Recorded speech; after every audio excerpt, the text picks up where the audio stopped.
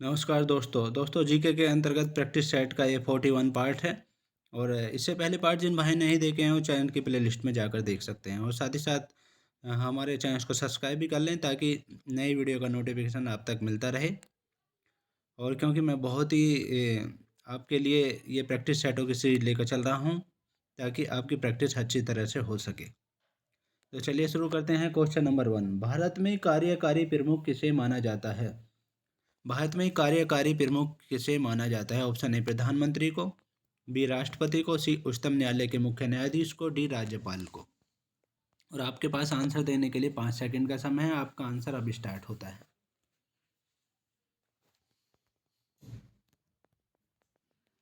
Correct answer है प्रधानमंत्री को। जो कार्यकारी मुख्य रूप से कार्य करने वाले होते हैं वो प्रधानमंत्री होते हैं। और अनुच्छेद 74 के अनुसार जो है, अनुच्छेद 74 है ये, अनुच्छेद 74 के अनुसार राष्ट्रपति को उसके कार्य के संपादन एवं सलाह देने हेतु एक मंत्रिपरिषद होती है जिसका प्रधान प्रधानमंत्री होता है।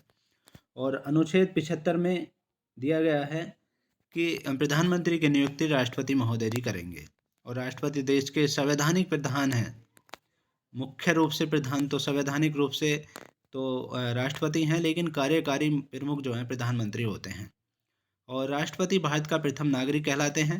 और राज्य की कार्यपालिका का प्रमुख जो है राज्यपाल होते हैं। जो राज्य में कार्यपालिका होती है उसके प्रमुख राज्यपाल होते हैं, गवर्नर होते हैं। नेक्स्ट क्वेश्चन देखिए, क्वेश्चन नंबर 2, कोणार्क मंदिर का निर्माण किसने कराया था? कोणार्क मंदिर का निर्माण किसने कराया था? ऑप्शन ए राजा कुलोशुंगा ने, बी नरसिंह देव प्रथम ने, सी विष्णुगोपा ने, डी महिपाल ने।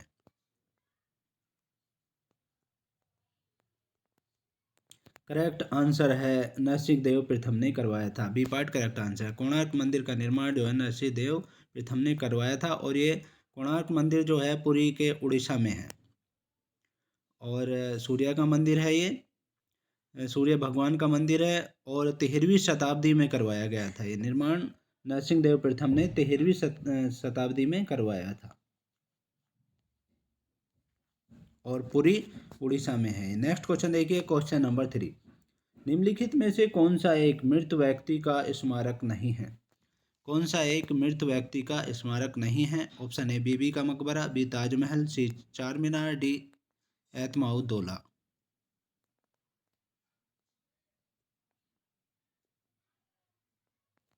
करेक्ट आंसर है चार मीनार जो है इसमें से ये कोई मृत व्यक्ति का स्मारक नहीं है। चार मीनार का निर्माण जो है कुली कुतुब शाह ने करवाया था, जो हैदराबाद तेलंगाना में स्थित है।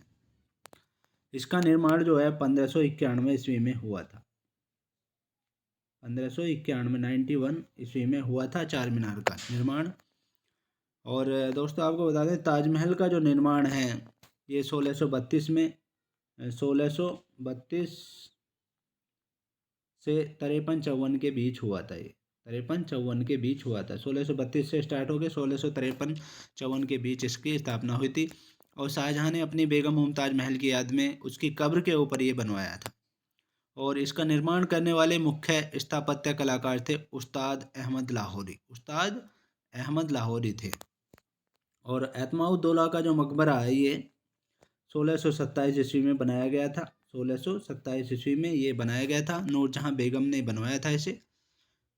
और मुगल कालीन वास्तुकला के अंतर्गत जो है यह निर्मित प्रथम ऐसी इमारत है एतमाउद्दौला का मकबरा जो पूर्ण रूप से बेदाग सफ़ेद संगमरमर से निर्मित है।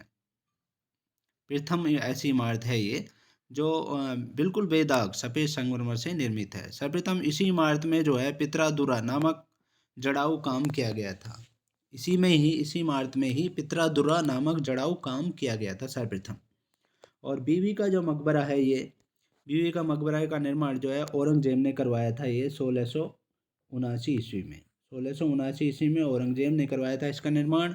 और औरंगाबाद महाराष्ट्र में है ये, औरंगाबाद महाराष्ट्र में है बीवी का मकबरा। नेक्स्ट क्वेश्चन देखिए, क्वेश्चन नंबर 4, सम्राट अशोक किसके उत्तराधिकारी थे? सम्राट अशोक किसके उत्तराधिकारी थे? ऑप्शन ए चंद्रगुप्त मौर्य के, बी बिंदुसार के, सी सुसीम के, डी दशरथ के।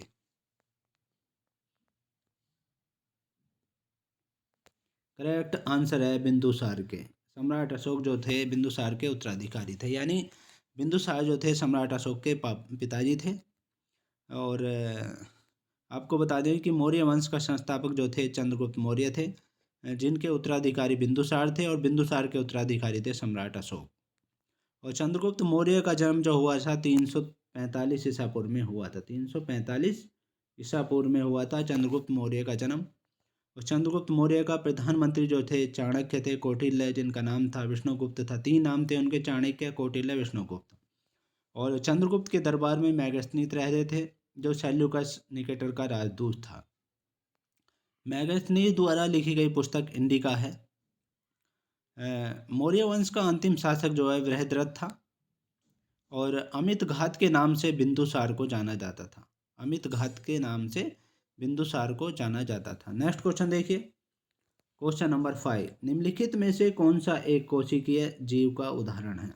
एक कोशिकीय जीव का उदाहरण है। ऑप्शन ए प्रोटोजोआ, बी एंथ्रोपोड्स, सी एकिनोडर्म्स और डी एनेलिड्स।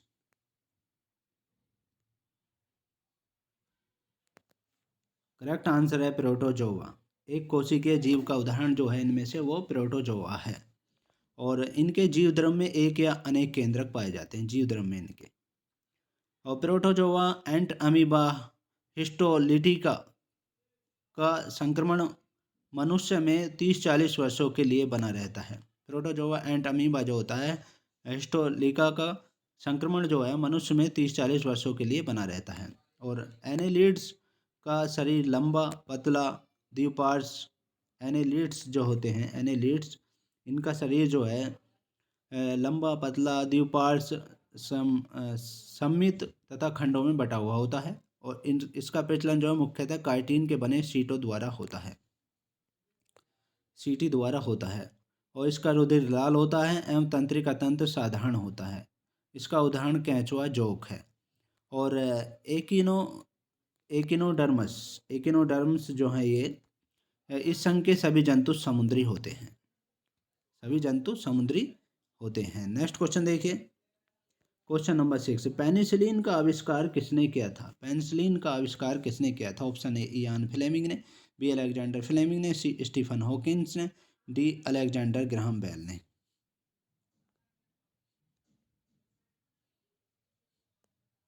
करेक्ट आंसर है बी पार्ट, अलेक्जेंडर फ्लेमिंग ने किया था। पेनिसिलिन का आविष्कार जो है अलेक्जेंडर फ्लेमिंग ने किया था। और पेनिसिलिन नामक प्रतिजैविक पेनिसिलिन नोटेटम नामक कवक से प्राप्त होता है। पेनिसिलिन नोटेटम नामक कवक से ये पेनिसिलिन प्राप्त होती है। और पेनिसिलिन की खोज जो है 1928 ईस्वी में की थी। अलेक्जेंडर फ्लेमिंग ने 1928 ईस्वी में की थी इसकी खोज। और अलेक्जेंडर ग्राहम बेल ने माइक्रोफोन का आविष्कार किया था। अलेक्जेंडर ग्राहम बेल ने जो किया था, इन्होंने ये किया था 1876 ईस्वी में माइक्रोफोन का आविष्कार किया था। और ग्राहम बेल द्वारा जो है टेलीफोन का आविष्कार 1876 में किया गया था। 1876 में ही इन्होंने टेलीफोन का आविष्कार किया था और माइक्रोफोन का आविष्कार किया था ग्राहम बेल ने। और जीवाणु की खोज जो है, जीवाणु की खोज 1683 ईस्वी में, जीवाणु की खोज 1683 ईस्वी में ल्यू वैन होक ने की थी। ल्यू वैन होक ने की थी 1683 ईस्वी में जीवाणु की खोज ल्यू वैन होक ने की थी। और विषाणु की खोज जो की थी 1892 में, आपको पूरी डिटेल बता देता हूँ। 1892 में इवान विस्की ने की थी। इवान विस्की ने की थी विषाणु की खोज 1892 ईस्वी में। नेक्स्ट क्वेश्चन देखिए, क्वेश्चन नंबर 7, भारतीय संविधान में पहली बार संशोधन कब किया गया था? भारतीय संविधान में पहली बार संशोधन कब किया गया था? ऑप्शन ए 1949 में, ऑप्शन बी 1951 में, ऑप्शन सी 1952 में, ऑप्शन डी 1953 में।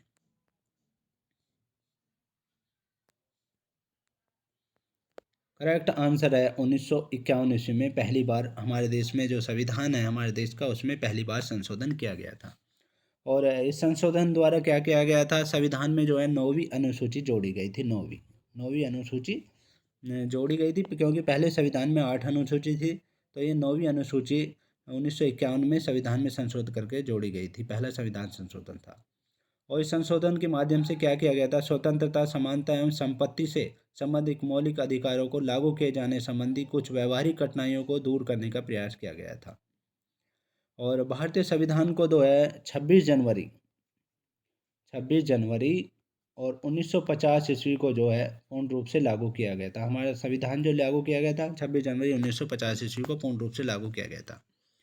और संविधान सभा की अंतिम बैठक जो हुई थी, अंतिम बैठक वो हुई थी 24 जनवरी 1950 को, यानी 26 जनवरी से 2 दिन पहले ही संविधान सभा की अंतिम बैठक हुई थी।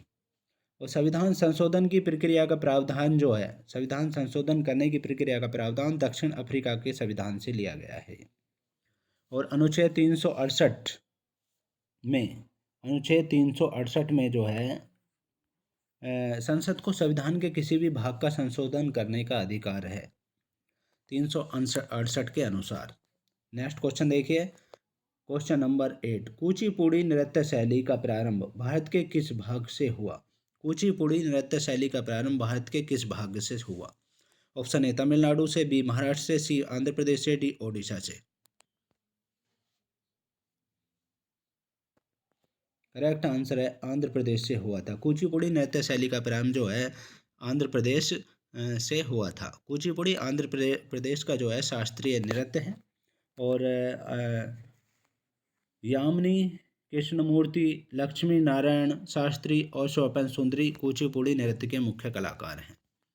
और लावणी, तमाशा और मौनी जो है महाराष्ट्र के लोक नृत्य हैं। महाराष्ट्र के लोक नृत्य कौन से हैं? एक तो लावणी, तमाशा और मौनी, ये महाराष्ट्र के लोक नृत्य हैं। और भारतीय भरतनाट्यम शास्त्रीय लोक नृत्य तमिलनाडु से संबंध है। भरतनाट्यम जो शास्त्रीय तमिलनाडु से संबंधित क्या है? भरतनाट्यम शास्त्रीय लोक नृत्य तमिलनाडु से संबंधित है। और भरतनाट्यम के मुख्य कलाकार जो हैं यामिनी कृष्णमूर्ति हैं, सोनल मान सिंह हैं, मृगालिनी साराभाई और वैजंती माला हैं। और संयुक्त पाणिग्रही का संबंध ओडिसी लोक नृत्य से है। ओडिसी लोक नृत्य से क्या है? संयुक्त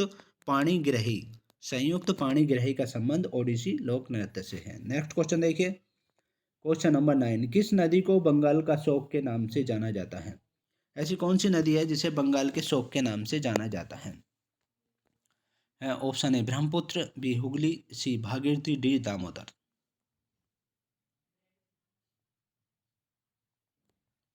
करेक्ट आंसर है दामोदर नदी ऐसी है जिसे बंगाल के शोक के नाम से जाना जाता है।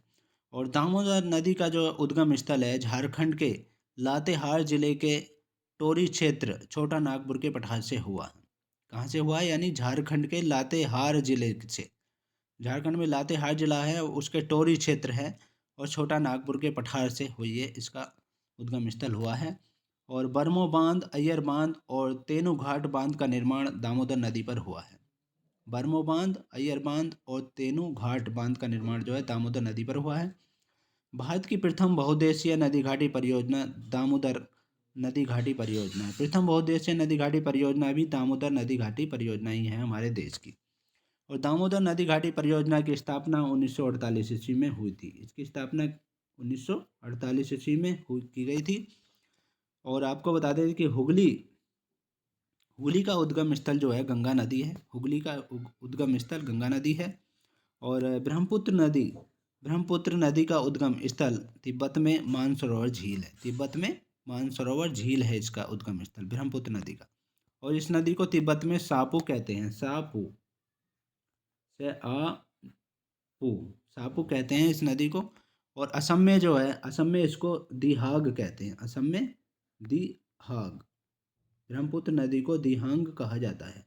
असम में दिहांग है, यहाँ पर ये दिहांग कहा जाता है। और बांग्लादेश में ब्रह्मपुत्र को बांग्लादेश में यमुना कहा जाता है। यमुना ब्रह्मपुत्र, उसको बांग्लादेश में ब्रह्मपुत्र नदी को यमुना कहा जाता है। और गंगा, भागीरथी और अलकनंदा नदियों का सम्मिलित नाम है। गंगा, भागीरथी और अलकनंदा जो है ये सम्मिलित नाम है गंगा के। नेक्स्ट क्वेश्चन देखिए, क्वेश्चन नंबर 10, थर्मोस्कोप का आविष्कार किसे माना जाता है? थर्मोस्कोप का आविष्कारक किसे माना जाता है? तो थर्मो आविष्कार का किसे माना जाता है? ऑप्शन ए गैलीलियो को, बी कोपरनिकस को, सी न्यूटन को, डी जे केपलर को।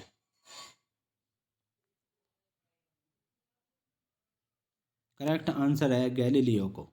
थर्मोस्कोप का जो आविष्कारक है उसको गैलीलिनी को माना जाता है और उन्होंने 1593 ईस्वी में किया था इसका आविष्कार। और कोपरनिकस ने सौर मंडल की खोज की थी 1540 में। सौर मंडल की खोज की थी कोपरनिकस ने 1540 ईस्वी में। और केपलर जो थे ये इन्होंने ग्रहों की गति के नियम की खोज की थी। ग्रहों की जो गति है उनके नियमों की खोज की थी 1609 ईस्वी में केपलर ने। और न्यूटन ने दृश्य विकिरण की खोज की थी। इन्होंने दृश्य विकिरण की खोज की थी। और न्यूटन के नियम तो आप जानते ही हो, गति के नियम हैं। बहुत सारी चीज़ें हैं जो न्यूटन ने की थी। गुरुत्वाकर्षण का नियम भी न्यूटन ने दिया है। तो नेक्स्ट क्वेश्चन देखिए, क्वेश्चन नंबर 11। महाराणा प्रताप के घोड़े का क्या नाम था? ऑप्शन ए बुलबुल, बी चेतक, सी हैग्रीव, डी बादल।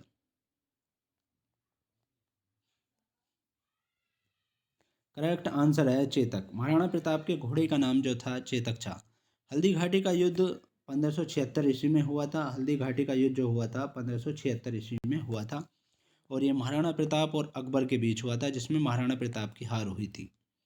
और महाराणा प्रताप जो थे मेवाड़ के शासक थे। उनकी मृत्यु 57 वर्ष की उम्र में 1597 ईस्वी में हो गई थी। 1597 ईस्वी में महाराणा प्रताप की मृत्यु हुई थी। 1597 ईस्वी में 57 वर्ष की उम्र में। और हल्दी घाटी के युद्ध में मुगल सेना का नेतृत्व जो किया था मान सिंह और आसिफ खान ने किया था। नेक्स्ट क्वेश्चन देखिए, क्वेश्चन नंबर 12। कर्णम मल्लेश्वरी किस खेल से संबंधित हैं? ऑप्शन ए टेनिस से, बी तैराकी से, सी व्यायाम से, डी भार उठाना से। करेक्ट आंसर है भार उठाना से। डी पार्ट करेक्ट आंसर है। भार उठाना से संबंधित हैं कर्णम मल्लेश्वरी, या भारोत्तोलन कहते हैं, वेट लिफ्टिंग कहते हैं इसको इंग्लिश में।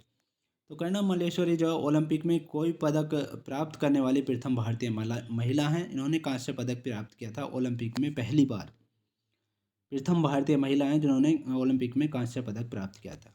और संजीता चानू, सुखेन डे, सतीश शिवलिंग और मीराबाई चानू का संबंध भी भारोत्तोलन से है। मीराबाई चानू ने अभी उसमें रजत पदक प्राप्त किया था भारोत्तोलन में ही। अभी जो पिछले 2021 में जो ओलंपिक खेल हुए थे टोक्यो में, उसमें रजत पदक प्राप्त किया था। नेक्स्ट क्वेश्चन देखिए, क्वेश्चन नंबर 13। रोलेट एक्ट किस वर्ष पारित किया गया था? तो रोलेट एक्ट जो पारित किया गया था कौन से वर्ष किया गया था? ऑप्शन ए 1919 में, बी 1921 में, सी 1923 में, डी 1916 में। करेक्ट आंसर है 1919 ईस्वी में रोलेट एक्ट पारित किया गया था। ऑप्शन ए करेक्ट आंसर है। और लॉर्ड चैम्सफोर्ड के शासनकाल में ही रोलेट एक्ट 19 मार्च 1919 को पारित हुआ था। 19 मार्च 1919 को पारित हुआ था लॉर्ड चैम्सफोर्ड के शासनकाल में। और इस एक्ट के अनुसार क्या था, किसी भी संदेहास्पद व्यक्ति को, यानी जिस पर संदेह हो उस व्यक्ति को बिना मुकदमा चलाए गिरफ्तार किया जा सकता था। क्योंकि उस समय क्रांतिकारी ज़्यादा बढ़ रहे थे, इसलिए ये रोलेट एक्ट पारित किया गया था। और किसी भी संदेह व्यक्ति को बिना मुकदमा चलाए गिरफ्तार किया जा सकता था। और 13 अप्रैल 1919 को जो है अमृतसर में जलियांवाला बाग हत्याकांड हुआ था। 13 अप्रैल 1919 को अमृतसर में जलियांवाला बाग हत्याकांड हुआ था। और 19 अक्टूबर 1919 को समूचे देश में खिलाफत दिवस मनाया गया था। 19 अक्टूबर 1919 को जो है समूचे देश में खिलाफत आंदोलन मनाया गया था। यानी 16 मार्च 19 मार्च को तो हुआ था रोलेट एक्ट पारित, 19 मार्च को 1919 में। और फिर 13 अप्रैल 1919 को जो हुआ था अमृतसर में जलियांवाला बाग हत्याकांड हुआ था। और फिर 19 अक्टूबर 19 अक्टूबर को उसी साल 1919 में खिलाफत दिवस मनाया गया था, खिलाफत आंदोलन मनाया गया था। और आगे बता दें आपको कि लॉर्ड चैम्सफोर्ड के शासनकाल में कांग्रेस का लखनऊ में अधिवेशन हुआ था 1916 में। 1916 में चैम्सफोर्ड के शासनकाल में कांग्रेस का लखनऊ में अधिवेशन हुआ था। नेक्स्ट क्वेश्चन देखिए, क्वेश्चन नंबर 14, हमारे चंद्रमा का चक्कर लगाने वाला पहला उपग्रह कौन सा था? हमारे चंद्रमा का चक्कर लगाने वाला पहला उपग्रह कौन सा था? Option A Luna 2, B Luna 10, C Apollo 10 और डी अपोलो 11।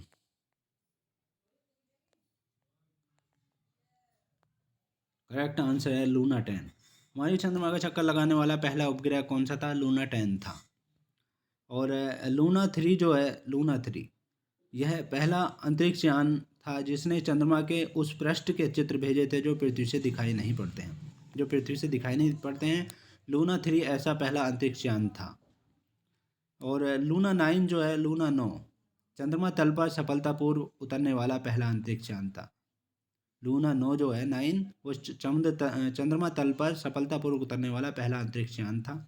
और अपोलो 11 से, इसमें जो अपोलो 11 दिया हुआ है, अपोलो 11 से नील आर्मस्ट्रॉन्ग चंद्रमा पर कदम रखने वाला पहला मानव बना था। अपोलो 11 से गए थे नील आर्मस्ट्रॉन्ग, जो चंद्रमा पर पहला कदम रखने वाले मानव बने थे। और मार्स 2 जो है, मार्स 2 यानी मार्स, लिखे देता हूँ मैं, मार्स 2 जो है मंगल ग्रह पर पहली बार उतरने वाला अंतरिक्ष यान था, मार्स 2। और स्पुतनिक सेकंड, स्पुतनिक सेकंड जो है, स्पुतनिक सेकंड, स्पुतनिक सेकंड, ये स्पुतनिक सेकंड जो है अंतरिक्ष में जीवित कुत्ते, एक जीवित कुत्ता लाइका था जिसका नाम को ले जाने वाला पहला उपग्रह बना था, ये स्पुतनिक सेकंड। तो ये थे महत्वपूर्ण क्वेश्चंस। आगे देखिए नेक्स्ट क्वेश्चन, क्वेश्चन नंबर 15, किस बॉक्सर को द रियल डील उपनाम से जाना जाता है? किस बॉक्सर को द रियल डील उपनाम से जाना जाता है? Option A Mike Tyson, B Muhammad Ali, C Evander Holyfield और D Joe Louis.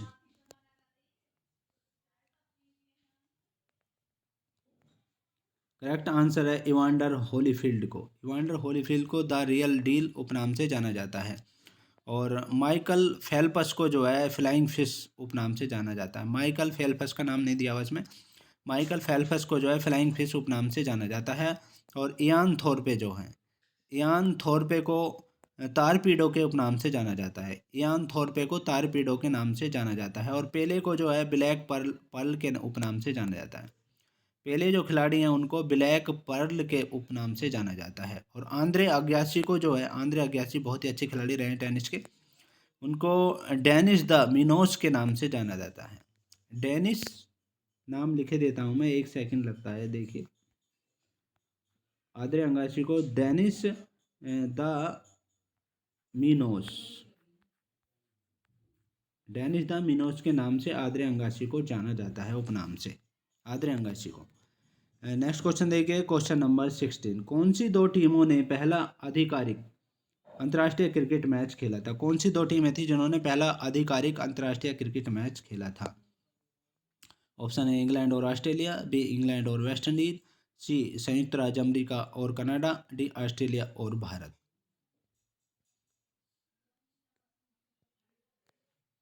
Correct answer है ए पार्ट, इंग्लैंड और ऑस्ट्रेलिया ने पहला आधिकारिक अंतर्राष्ट्रीय क्रिकेट मैच खेला था। और क्रिकेट मैच का जन्मदाता जो है इंग्लैंड को माना जाता है।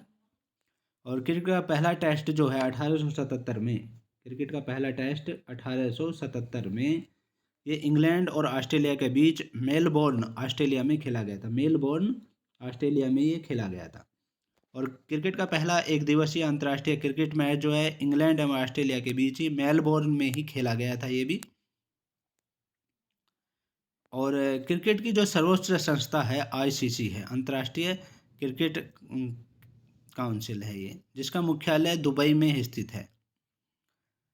मुख्यालय इसका दुबई में है आईसीसी का। और भारत में क्रिकेट की देखरेख बीसीसीआई करता है, भारतीय क्रिकेट कंट्रोल बोर्ड करता है। और वर्तमान में जो है बीसीसी के अध्यक्ष जो हैं वर्तमान में सौरव गांगुली हैं। और सचिव जो हैं अमित चौधरी हैं। और आपको बता दें कि चाइना मैन, सिली पॉइंट और पॉपिंग क्रीज शब्द जो है क्रिकेट से संबंधित हैं। नेक्स्ट क्वेश्चन देखिए, क्वेश्चन नंबर 17। पाकिस्तान में थार रेगिस्तान से जुड़े रेगिस्तान को क्या कहा जाता है? पाकिस्तान में थार रेगिस्तान से जुड़े रेगिस्तान को क्या कहा जाता है? Option A Goa, B Cholistan, C Sukkur, D Mirpur.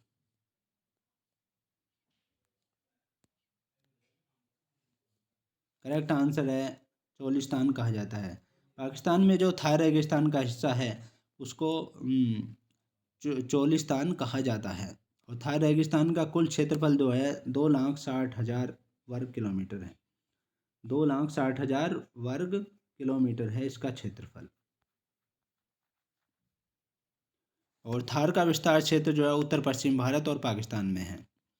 Luni नदी थार रेगिस्तान में लुप्त हो जाती है। और गोबी रेगिस्तान जो है मंगोलिया और चीन के विस्तार क्षेत्र में स्थित है। गोबी रेगिस्तान जो है मंगोलिया और चीन में है इसका विस्तार क्षेत्र। और आपको बता दें कि विश्व का सबसे बड़ा रेगिस्तान सहारा है जो उत्तरी अफ्रीका में स्थित है। और दक्षिण अफ्रीका में जो है कालाहारी मरुस्थल है। नेक्स्ट क्वेश्चन देखिए, क्वेश्चन नंबर 18। प्राचीन काल के जानवरों, पौधों एवं अन्य जीवों के संरक्षित अवशेष या चिन्हों के अध्ययन का विज्ञान क्या कहलाता है? प्राचीन काल के जो जानवर हैं, पौधे हैं, अन्य जीव हैं, उनके संरक्षित जो अवशेष हैं या चिन्ह हैं उनका अध्ययन करने का विज्ञान क्या कहलाता है? ऑप्शन ए निर्विज्ञान, बी पुरातत्व विज्ञान, सी जीवाश्म विज्ञान, डी औषध विज्ञान।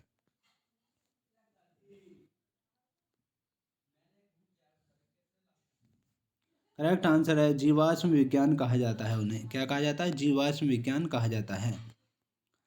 और निर्विज्ञान विज्ञान की वह शाखा है जिसमें निर्विज्ञान जो है ये विज्ञान की वह शाखा है जिसमें मानव के विकास, रीति रिवाज, इतिहास, परंपराओं से संबंधित विषयों का अध्ययन किया जाता है निर्विज्ञान में। और पुरातत्व विज्ञान में ये तो जानते होंगे आप, यह पुरातत्व संबंधी विज्ञान की शाखा है। और शहरी कल्चर में इस शाखा के अंतर्गत जो है रेशम के कीड़े पालन और उनसे रेशम के उत्पादन का अध्ययन होता है शहरी कल्चर में। और नींद का अध्ययन जो किया जाता है हिप्नोलॉजी में किया जाता है। नींद का अध्ययन हिप्नोलॉजी में किया जाता है। और पेलिओन्टोलॉजी जीवाश्म विज्ञान ही है, पेलिओन्टोलॉजी। नेक्स्ट क्वेश्चन देखिए, क्वेश्चन नंबर 19। निम्नलिखित में से किसे मार्स गैस भी कहा जाता है? किसे मार्स गैस भी कहा जाता है? ऑप्शन ए प्रोपेन को, बी इथेन को, सी मीथेन को, डी ब्यूटेन को। करेक्ट आंसर है मीथेन को। सी पार्ट करेक्ट आंसर है। मीथेन को मार्स गैस भी कहा जाता है। और प्राकृतिक गैस का जो मुख्य अवयव है वो मीथेन है। 80% प्राकृतिक गैस जो है मीथेन से मिलती है। सिगरेट लाइटर में ब्यूटेन का प्रयोग होता है। जो सिगरेट का लाइटर होता है उसमें ब्यूटेन का प्रयोग होता है। और प्राकृतिक गैस ब्यूटेन या प्रोपेन का मिश्रण होता है। प्राकृतिक गैस जो होती है ब्यूटेन या प्रोपेन का मिश्रण होती है, जिसे उच्च दाब पर द्रवित कर सिलेंडर में भर लिया जाता है। जिसे उच्च दाब पर द्रवित कर जो है सिलेंडरों में भर लिया जाता है। और अक्रिय गैसों की कुल संख्या जो है 6 है। अक्रिय गैस जो है उनकी कुल संख्या 6 है। और रेडोन गैसीय तत्वों में सबसे भारी है। रेडोन जो है गैसीय तत्वों में सबसे भारी है। और क्लोरीन गैस जो है फूलों का रंग उड़ा देती है। ये क्लोरीन गैस जो होती है फ्लोरीन, वो फूलों का रंग उड़ा देती है। फास्फीन गैस का उपयोग जो है, जो फास्फीन गैस होती है उसका उपयोग समुद्री यात्रा में होम्स सिग्नल देने में किया जाता है। फास्फीन गैस का उपयोग समुद्री यात्रा में होम्स सिग्नल देने के लिए किया जाता है। नेक्स्ट क्वेश्चन देखिए, क्वेश्चन नंबर 20। वृक्ष में अक्षर बी किस देश को प्रदर्शित करता है? वृक्ष में जो है अक्षर बी है ये किस देश को प्रदर्शित करता है? ऑप्शन ए बांग्लादेश को, बी बेल्जियम को, सी ब्राजील को, डी बहरीन को। करेक्ट आंसर है ब्राजील को। वृक्ष में बी अक्षर जो है ब्राजील को प्रदर्शित करता है। वृक्ष का पूरा नाम है, वृक्ष में पूर्ण रूप है, एक तो ब्राजील, बी से बना है ब्राजील, और रसिया रूस, आर से बना है रूस, और आई से बना है इंडिया, और सी से बना है चाइना चीन, और एस से बना है साउथ अफ्रीका। और इसकी ब्रिक्स की जो स्थापना हुई थी 2009 में हुई थी। 2009 में ब्रिक्स की स्थापना 2009 में की गई थी। उस समय मात्र 4 ही देश शामिल थे इसमें। और दक्षिण अफ्रीका जो है ये 14 अप्रैल 2011 को इसमें शामिल हुआ था। तीसरे सम्मेलन में पहली बार शामिल हुआ था। ब्रिक्स के तीसरा सम्मेलन हुआ था 2011 में, उसमें दक्षिण अफ्रीका पहली बार शामिल हुआ था। तो ये थे महत्वपूर्ण क्वेश्चंस। नेक्स्ट पार्ट में आपसे फिर मुलाकात होगी, तब तक के लिए शुक्रिया। Thanks so much.